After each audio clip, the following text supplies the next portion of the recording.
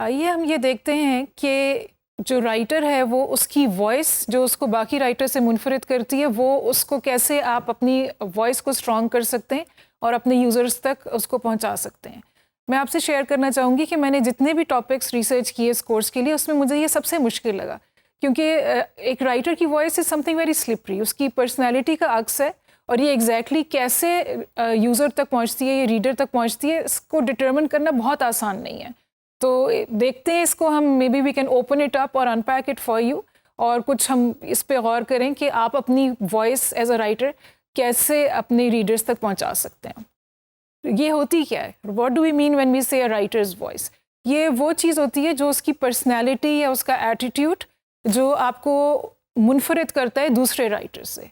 अगर आप टीवी के लिखने वालों में देखें तो अनवर मकसूद साहब के लिखे को आप हसीना मोइन साहिबा के लिखे से डिस्टिंक्टली पहचान सकते हैं। अगर आपको ये ना मालूम ना भी हो कि कौन सी चीज़ किसने लिखी है, उनका एक अपना स्टाइल है।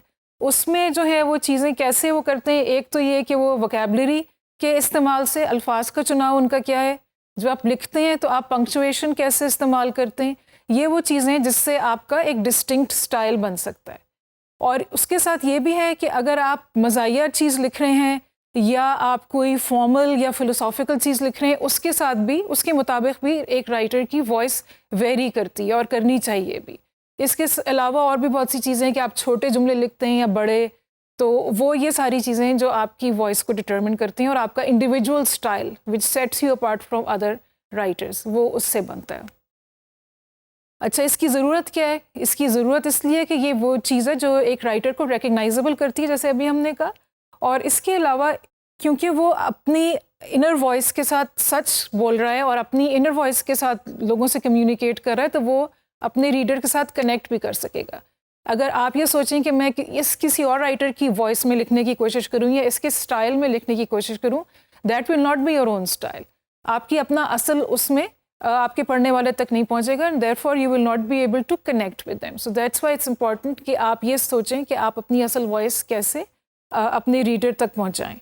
और ये इसके अलावा ये भी है कि आपकी जो ऑब्जेक्टिव्स हैं किसी ख़ास असाइनमेंट के, उसमें हो सकता है कि अगर आप किसी कोई ज़लज़ला आया है या कोई ऐसी चीज़ के ऊपर, नेचुरल कैलामिटीज़ के ऊपर अगर आपने लिखना है, तो उसमें फिर आपको ज़ाहिर है एक डिफरेंट तरह का टोन या वॉइस रखनी पड़ेगी बनिस्बत अगर आप कोई फैशन ट्रेंड्स के बारे में लिख रहे हैं। तो इसलिए भी इम्पॉर्टेंट है कि आप माइंडफुल हों कि आपका टोन या वॉइस किस तरह की जा रही है आपके रीडर तक। और ये कुछ चीज़ों के ऊपर डिपेंड करती है कि जैसे कि आप कम्युनिकेट करना क्या चाह रहे हैं, आपका मकसद क्या है। हो सकता है आप कोई बहुत रिलैक्स्ड और बहुत लेड बैक सा कोई आर्टिकल लिखना चाह रहे हो, तो फिर इनफॉर्मल चीज़ें उसके लिए मुनासिब हों, लेकिन ये क्या हो सकता है वो दूसरे किसी टॉपिक के लिए मुनासिब ना हो। तो जो आप कम्युनिकेट करना चाह रहे हैं या जो आपके जो क्लाइंट जिसने असाइनमेंट दिए वो कम्युनिकेट करना चाह रहा है, उसके मुताबिक आपकी वॉइस होनी चाहिए।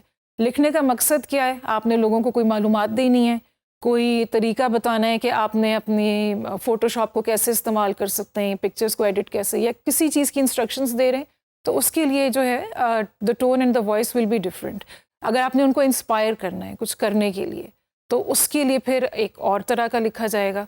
या अगर आपने किसी के फौत होने की ओबिचुरी, ये अगर आप देखें guru.com वगैरह पे, इसके लिए भी रिक्वेस्ट्स होती हैं, असाइनमेंट्स होते हैं कि किसी ने लिखा हुआ है कि मेरी बीवी की वफ़ात हुई है और मैंने एक ओबिचुरी लिखवानी है, तो अगर कोई वो लिख के दे सके, तो उसके लिए फिर ऑब्वियसली आपने एक मेलो, सैड, और येट अगर हस्बैंड अपनी बेगम की ओबिचुरी लिखवा रहे हैं तो उसमें एक थोड़ा मोहब्बत का अक्स भी होगा। तो या मूवी रिव्यू के लिए, तो इन सारी चीज़ों के लिए एक डिफरेंट टोन होगा। इसके अलावा ये है कि ऑडियंस सबसे इम्पॉर्टेंट है, आपने ऑडियंस को भी ध्यान में रखना है। अगर आप यंग टीनेजर्स के लिए लिख रहे हैं या आप वर्ल्ड इन्वेस्टर्स के लिए लिख रहे हैं या स्टॉक मार्केट के जो यूज़र्स हैं उनके लिए लिख रहे हैं, तो इन दोनों में बिल्कुल एक डिफरेंट स्टाइल होगा। अगर आप टेक्नोलॉजी के जो गीक्स हैं या जो एक्सपर्ट्स हैं उसमें, उनके लिए लिख रहे हैं, तो हो सकता है कि आप उसमें जार्गन यूज़ करें, टेक्निकल लैंग्वेज यूज़ करें और वो मुनासिब रहे। लेकिन ये कि अगर आप स्टूडेंट्स के लिए लिख रहे हैं तो वो हो सकता है बहुत उनकी रीच से बाहर हो और आप उनको इंगेज इस तरह से ना कर सकें। और इसके अलावा ये भी है कि आप ये भी देख सकते हैं, मतलब रिसर्च हर किस्म की लिखाई में इम्पॉर्टेंट होती है, तो इसमें भी आप ये देख सकते हैं कि दूसरे लिखने वाले जब उस किस्म की लिखाई करते हैं तो या उस जॉनरा के आर्टिकल्स लिखते हैं तो वो किस किस्म का टोन यूज़ करते हैं, तो उसको भी आप पढ़ के और थोड़ा सा आइडिया लगा सकते हैं। लेकिन like I said, you can only connect with your audience अगर आप अपनी इनर वॉइस के साथ ट्रू होके और फिर उसको लिखेंगे और फिर उसको असाइनमेंट की नीड्स वगैरह को सामने रख के आप करेंगे। अच्छा, इसको लाइक आई सेड कि इसको वॉइस को अलग से डिफ़ाइन करना और डेवलप करना थोड़ा सा ट्रिकी है, और वोकेबलरी की से ही कुछ थोड़ा सा इसका ओवरलैप है या सेंटेंस स्ट्रक्चर वगैरह से। तो इसलिए कुछ थोड़ी सी आपको ये एक सजेशन हम दे रहे हैं कि आपने जब कुछ लिखना हो तो उसमें लिखने वाला जो आपने का असाइनमेंट है उसमें आप ये ध्यान रखें कि आप कहना चाह क्या रहे हैं, यानी कि आप माइंडफुल हो जाएं और कॉन्शियसली उसके बारे में सोचें कि मैंने कैसा टोन या कैसी वॉइस रखनी है। मैंने कॉन्वर्सेशनल सा, चैटी सा रखना है, या मैंने अथॉरिटेरियन रखना है कि जिसमें मैं कोई किसी फील्ड की अथॉरिटी हूँ, मैं कोई इंस्ट्रक्शंस दे रहा हूँ, या मैंने कनेक्ट करना है सेम लेवल के ऊपर कि मैं एज अ पेरेंट ऐसे करता हूँ, आपको कैसे करना चाहिए। So these are different things to be mindful of. तो एक एडजेक्टिव्स की आप लिस्ट बनाएं कि मैं करना ये चाह रही हूँ इस असाइनमेंट में या इस जो पीस ऑफ राइटिंग है उसमें मुझे ये टोन चाहिए। उसके अलावा जो आप नहीं करना चाह रहे उसकी भी एक लिस्ट बना लें कि ये आपने एक्सपर्ट लाइक साउंड नहीं करना इस वक्त, या बहुत फॉर्मल साउंड नहीं करना, या किसी बहुत भरोसे के काबिल दोस्त की तरह साउंड नहीं करना। इसका मकसद ये नहीं है कि आप इसके ऊपर कोई और आपको नंबर्स देगा या असेस करेगा कि आपने इस लिस्ट को एडहेयर किया या फॉलो किया या नहीं। इसका मकसद सिर्फ ये है कि आपके जहन में कॉन्शियसली आप अवेयर हों जिस वक्त लिखें, और आपको ये पता हो कि आप करना क्या चाह रहे हैं। और इसी तरह आप बाद में लिखने के बाद इसके अगेंस्ट उसको अपने सेल्फ असेसमेंट के लिए आप इस लिस्ट को यूज़ कर सकते हैं। और जो ये आपने लिस्ट बनाई है इसके मुताबिक ही फिर आप अल्फाज का चुनाव करेंगे, पंक्चुएशन का चुनाव करेंगे, टेक्निकल लैंग्वेज आपने कैसे यूज़ करनी है उसको आप सिलेक्ट करेंगे, और कल्चरल स्पेसिफिक रेफरेंसेस आप कैसे दे सकते हैं या नहीं दे सकते। अगर आप जापानीज़ ऑडियंस के लिए लिख रहे हैं तो आप पाकिस्तानी या अमेरिकन कल्चरल रेफरेंसेस फिर आपको उसमें नहीं देने चाहिए। So that will be difference also. इसी तरह पंक्चुएशन का इस्तेमाल में आप सोच रहे हैं उसमें क्या फ़र्क पड़ता है। अगर जैसे आप एलिप्सिस जो 3 डॉट्स होते हैं वो अगर आप डालें या एक्सक्लेमेशन मार्क्स डालें, ये इनफॉर्मल राइटिंग में अच्छे लगते हैं क्योंकि आप ऐसे महसूस कराना चाह रहे हैं जैसे आप अपनी रीडर से बात कर रहे हैं डायरेक्टली, तो उसमें वो चीज़ें चल जाती हैं। लेकिन हो सकता है फॉर्मल राइटिंग में, या जैसे हमने कहा इन्वेस्टर्स के लिए या किसी टेक्निकल राइटिंग में, उसमें ये इतना एक्सेप्टेबल ना हो। मेरा ये मानना है कि बहुत सारी चीज़ें आप कर सकते हैं, एक्सरसाइज जैसे आपको बताइए एडजेक्टिव्स की लिस्ट वगैरह वो कर सकते हैं, लेकिन end of the day the most important thing and exercise for a writer is कि वो पढ़ता हो। जैसे स्टीवन किंग एक बहुत मशहूर ऑथर हैं, हॉरर स्टोरीज़ ये लिखते हैं, ही sold millions of copies of his books और उनकी मूवीज़ भी बन चुकी हैं। उनका ये कहना है the best way to develop your writer's voice is to read a lot and write a lot. There is really no other way to do it. यानी जितनी आप प्रैक्टिस करेंगे उतना ही आप में कॉन्फिडेंस आएगा, झिझक निकलेगी और आपको पता लगेगा कि आप अपनी राइटिंग में क्या स्टैंस लेना चाहते हैं, कहाँ पे आप खड़ा होना चाहते हैं उसमें। So these are important things.